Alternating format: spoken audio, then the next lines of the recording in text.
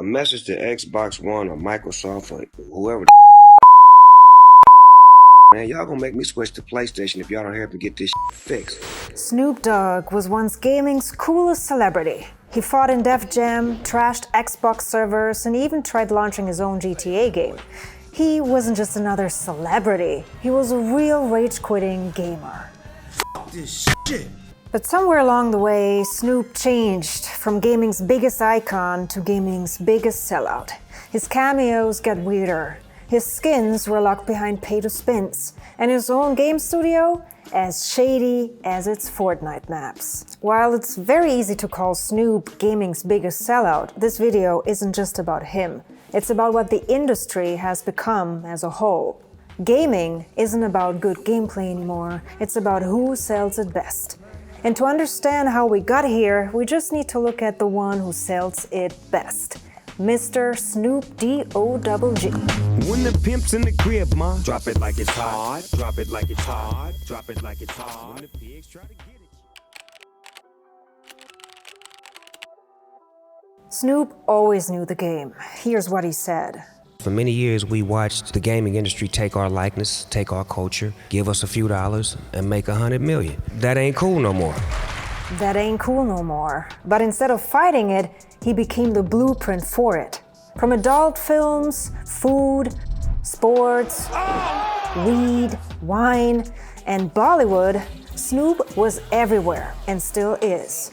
But nothing made him more money than gaming, which started all the way back in 2004 when EA milked him for Def Jam, Activision for True Crime, and Bandai Namco for Tekken, each slapping his name on their game.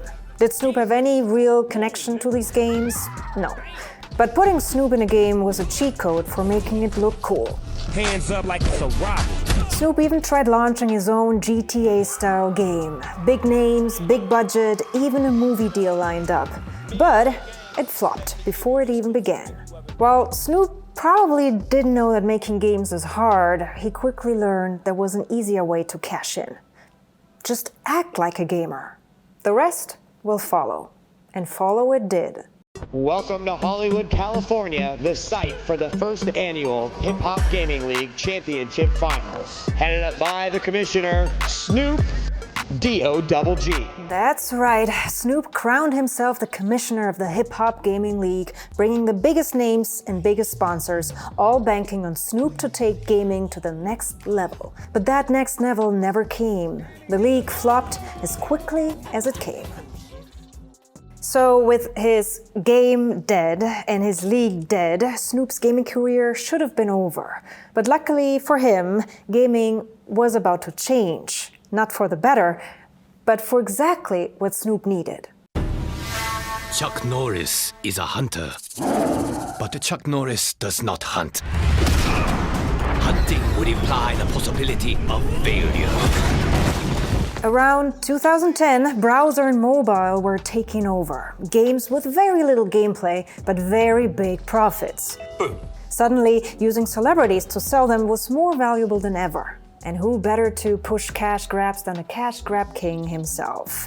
In what would become one of the most over-the-top marketing stunts in gaming history, Snoop's gaming career was finally about to blow up. Literally. 3, 2, 1, fire!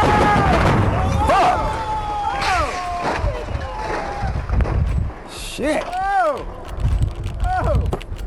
What about all that money over there? All that money. That money over there was part of a marketing stunt for Mafia Wars, a Facebook game on live support. The company behind it, Zynga, paid Snoop to blow up a 4-ton armored truck to promote the game. Can I go get the money? Please, can I get the money? But all it did was making it the most watched live stream of the year. And Snoop probably never played the game. Just like the next game. So what about you? How you living? Rayman Legends, a game for kids. It couldn't have been further from the blunt-smoking, gangster-rapping pimp that Snoop was. But here he was, sitting on a throne, talking about being a legend. Gamers didn't love it. Ubisoft needs to get their shit together because this is a complete demographic mismatch. I feel like I've learned more about Snoop than the actual game. Well, if we learned one thing, is that Ubisoft rarely has a clue who they're marketing to. But Rayman was just the start. Next up was Snoop single-handedly rewriting World War history, one joint at a time. Snoop Tido double G redeployed. I'll be the lead, dog. I got you, homie. So, Call of Duty has been obsessed with weed culture since, like, forever. Long before Snoop showed up, the game was already turning players into something straight out of a dispensary, from blunt force, blunt fingers, and stoner's delight. That stuff just sells. So it came to no surprise when Activision rolled in the most famous stoner ever. First, they added a voice pack in Ghosts. Ballistic vest ready. Those are some fine-ass threads. You got that Spitfire drone now. Super cool stuff, because what's more immersive than getting tactical orders in a California drawl? Well, maybe Call of Duty Vanguard? Because that's when Snoop started shooting atomic breath or super scary red lasers out of his mouth. And the developers were convinced. It is truly the most immersive Call of Duty experience I've ever played. The most immersive one ever. Because war isn't won with tanks, strategy, or bombs, it's won with Snoop's smoke-powered supremacy. So from Warzone to Modern Warfare, Activision and Snoop milked each other for all it was worth. End of the road for your sorry ass. While some gamers loved it, others looked past the smoke, realizing that Snoop will take any paycheck, and how Call of Duty has reached rock bottom, and how Snoop was an actual OG. Now he's basically a clown. A clown indeed, but a very rich one. While Activision never revealed his paycheck, looking at their sales numbers, Snoop's deal were almost certainly in the seven-figure range, because, you know. The dog father always wins.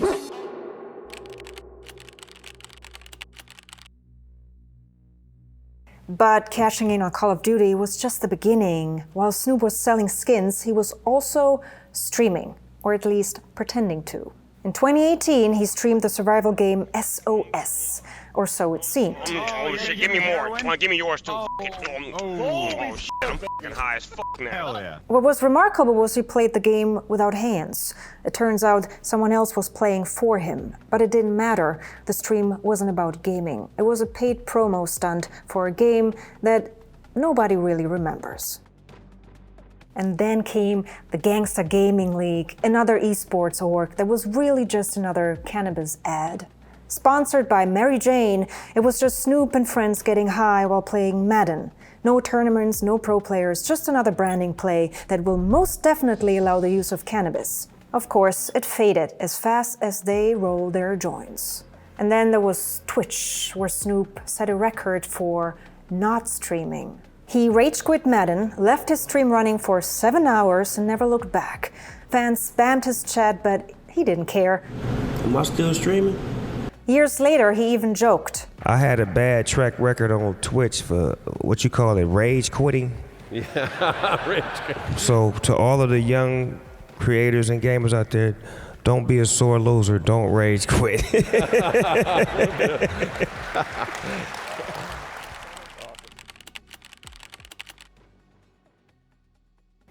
He surely stopped the rage quit, but he sure as hell didn't stop cashing in.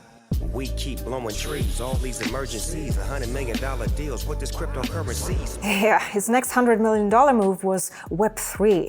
In 2022, he dove into Metaverse with The Sandbox, a so-called game that was really just overpriced digital land and NFTs wrapped in hype. And Snoop, he wasn't just in it, he was the product.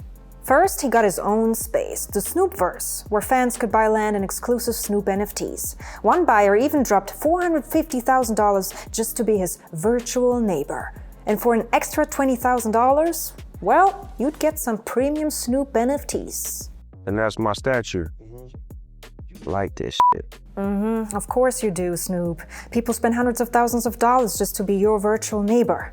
But when the NFT bubble popped, Snoopverse became a ghost town. And Snoop, well, he did what he always does, took his cut and dipped.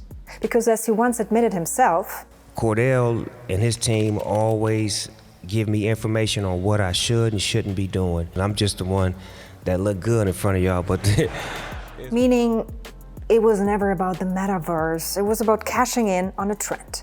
And when the money dried up, so did Snoop. But if you thought this Web3 hustle was bad, just wait until you see what happened when he tried running an esports league. Again.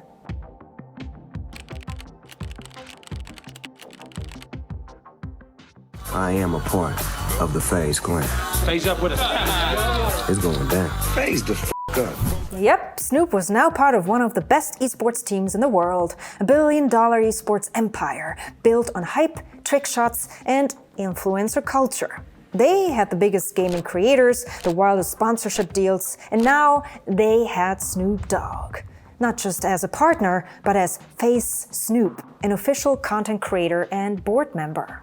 FaZe sold it as a game-changing move. Snoop himself hyped it up. The youth identifies with their brand, and that's something my son Cordell knew, which is why he brought us together. Translation: it's just yet another branding play, and the timing was perfect, because just months later, FaZe Clan went public. A $1 billion IPO. FaZe stock was soaring, investors were lining up, and Snoop, he got 320,000 shares valued at nearly $4 million. But behind the scenes, FaZe was bleeding. Investors pulled out, the stock crashed below $1, and the billion-dollar dream was over. And Snoop? He quietly resigned, effective immediately. His 7 months of boardroom service earned him just $50,000. Well, FaZe thought they were getting a gaming legend, but all they got was a marketing stunt. And when the money ran out, guess what? So did Snoop. But if you thought his esports career was a disaster, his next gaming project was even worse. A gaming company so dead, even Fortnite couldn't save it.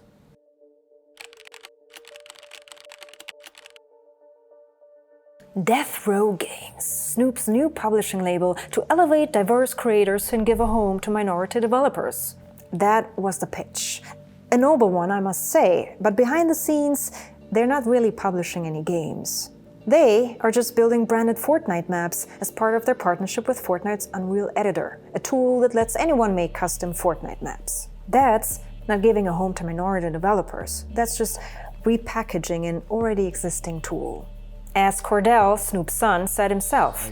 We bring the culture, we bring the eyeballs and the awareness. We don't know this game and stuff. We just want to sit back and learn from the experts. But lo and behold, when actually taking a look at their maps, they are as dead as the name of their game publishing company. But hey, at least Snoop himself is in Fortnite. To really push the hype, Epic Games gave him his own skin and his own Fortnite week. And to announce it all, they arranged a full Times Square takeover, the perfect branding moment watched by millions of people. And what did Snoop say about it? See, I want to see how good you are in Fortnite. I ain't good at all. That ain't my forte. I'm better at, being the characters and letting people play with my characters and showing me how good I could be. Sure, Snoop. Whatever helps you sleep at night. Because at this point, Snoop didn't need to play games. He just needed to show up. Who cares about good gameplay when you have celebrities putting their names on it? Which is exactly why, when it came time for gaming's biggest night, they didn't honor the industry's best. They gave the stage to none other but the Dogfather.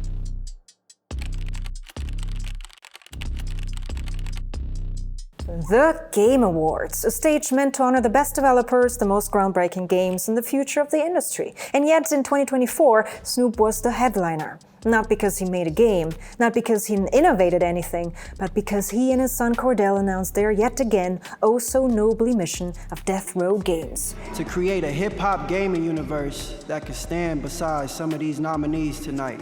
A bold statement for a company that's as dead as its Fortnite maps, as I already said. And after Snoop announced the winner, Helldivers 2. he dropped his new song that not even the music industry had heard yet. Please excuse me while I kiss the sky. Things just ain't the same for gangsters. Times are changing. Young homies are dangerous.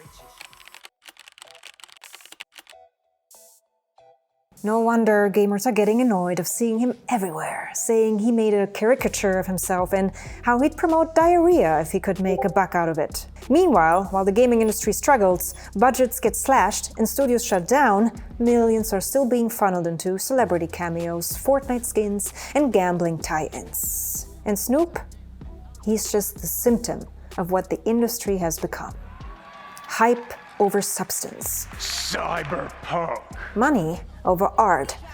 Spectacle over player satisfaction. It's about keeping eyeballs glued, wallets open, and headlines rolling. And when you see Snoop in one of his music videos shooting Trump in the head, only to watch him perform at a Trump event years later, you realize something. Integrity doesn't sell. Visibility does. But to leave you with one last thought, maybe the biggest sellout isn't Snoop after all, or even the industry. Maybe it was us gamers all along for letting it happen.